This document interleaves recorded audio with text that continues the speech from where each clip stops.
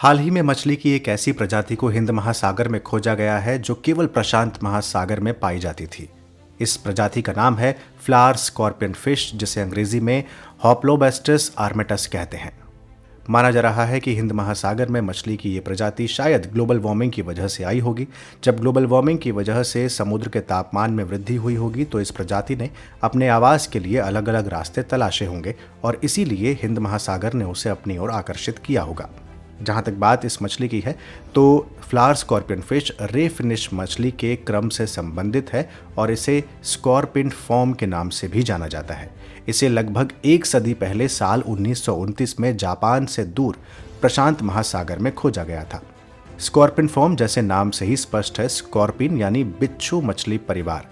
ये बिच्छू मछली परिवार की मछलियां हैं और ये समुद्र के सबसे जहरीले जानवरों में से एक होती हैं। इस प्रजाति का सिर शरीर से तुलनात्मक रूप से बड़ा और लंबा होता है।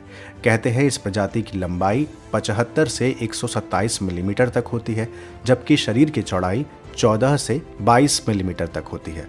स्कॉर्पिन फिश अपने धब्बेदार रंग पैटर्न की वजह से मूंगा की चट्टानों के साथ पूरी तरह घुल मिल जाती हैं। जिस मछली को हिंद महासागर में देखा गया वो हल्के लाल रंग की है और अगर आप उसे देखेंगे तो उसमें कहीं कहीं ऊपर की तरफ कांटे निकले हुए हैं।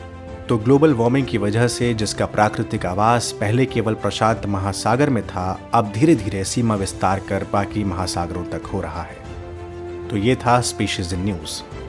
और अब एक बेहद आसान सा सवाल, हाल ही में चर्चा में रहा होप्लोबैस्टस आर्मेटस क्या है?